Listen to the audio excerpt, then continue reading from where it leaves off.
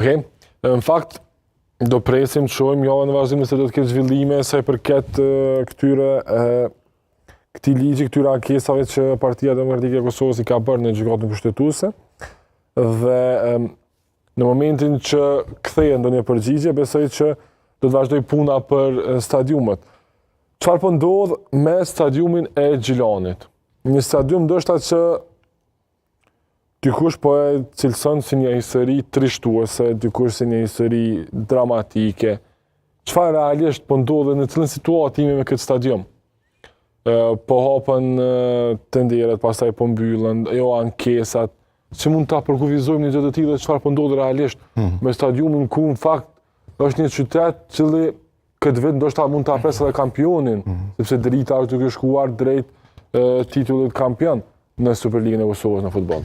Për momentin, lënda, pra procedura për punimet në stadium gjendet në OSHP.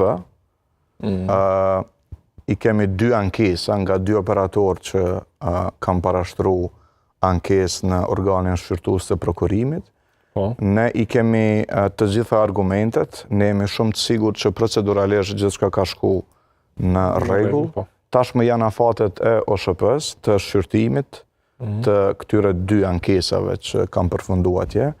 Unë jam shumë optimist që vendimi përfundimtar i OSHP-s do të jetë në favor të Ministrisë së Sportit, sepse edhe vetë i kam pa argumentet që i kam përgatitur stafi ynë në raport me këto ankesa, dhe nëse gjithçka shkon në rregull dhe respektohen edhe afatet e OSHP-s për të kthyer një përgjigje, unë besoj që shumë shpejt mund të lidhet kontrata për nisjen e punimeve në stadiumin e Gjilanit. A do të ketë ndryshim të projektit apo jo? Për shkak që përfaqësuesit e klubit futbollistik Drita e kanë kërkuar një gjë të tillë, nuk e di nëse një kërkesë e tillë është bërë në Ministri për Kulturë dhe Sport, mirë po në reagimet e tyre publike ka qenë drejtori sportiv, nëse nuk gaboj Valen Zymberi, i cili ka kërkuar që së bashku me komunën ta bëjnë ndoshta një lloj kërkese që të ketë edhe ndryshim të projektit, për shkak që nuk është duke i pëlqyer ky projekt.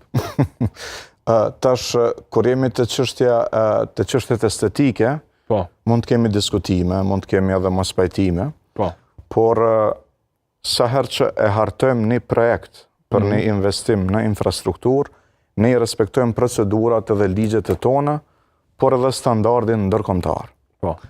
Dhe t'jeni të bindur që projekti stadiumit të Gjilanit i ka kalu të gjitha fazat e diskutimeve, konsultimeve dhe të standardeve të cilat duhet të merren parasysh për fshirë ato të UEFA-s kur të hartohet një projekt për një stadium.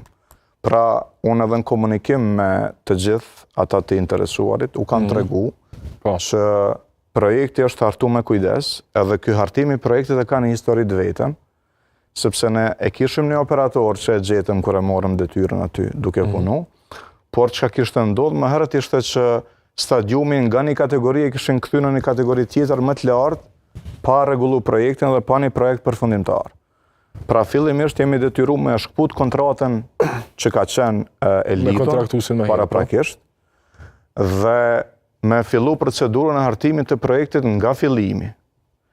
E kemi zhvillu procedurën, e kemi kontraktu operatorin, studion projektuese, është bërë projekti, i kemi konsumu këtë hapat, konsultimet e nevojshme për mu siguru që i plotëson standardet e nevojshme, dhe ky projekt është projekt i mirë, estetikisht, tash nuk e di, ju e keni shfaq në ekran këtë, ky nuk është projekti final, ky është projekti ideor, pra nuk është ky nëse kanë ankesën për këtë që nuk po duket mirë.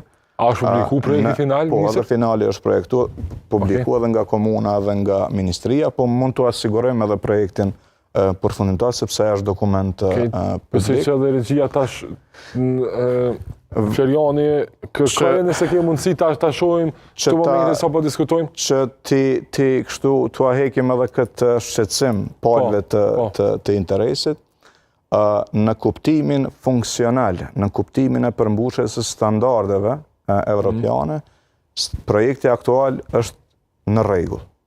Ndërsa estetikisht, unë besoj që nuk ekziston pothuajse asnjë projekt i kësaj ministrie, i cili është publiku dhe nuk ka pas edhe mendime të ndryshme sa i përket çështjeve estetike ose të dukjes.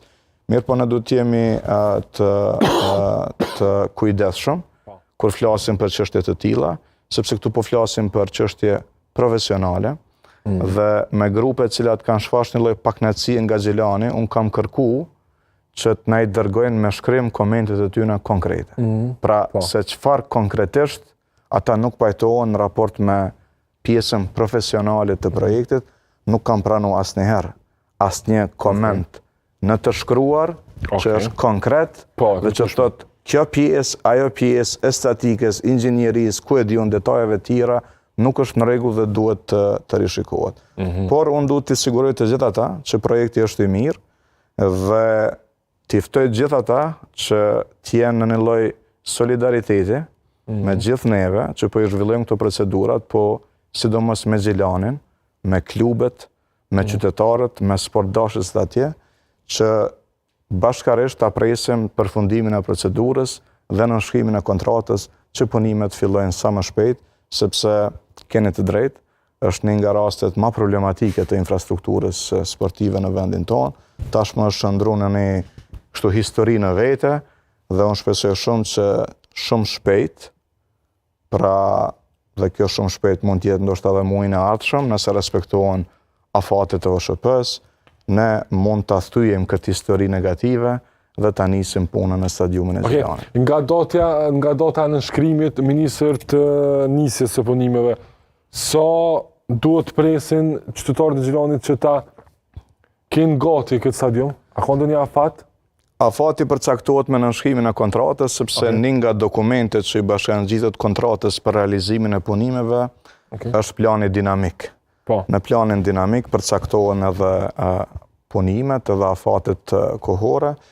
Ne do të sigurohemi për 2 gjëra. E para që ky afat mos jetë i stërgjatur, pra të jetë realist, sepse po ndërtojmë stadium, nuk është çështje e vogël kjo. Dhe nuk duhet të ngutemi, sepse pastaj mund të na dalë një telashe edhe më e madhe. Kjo është e para. Dhe e dyta, do ta bëjmë monitorimin e rregullt të përditshëm, që edhe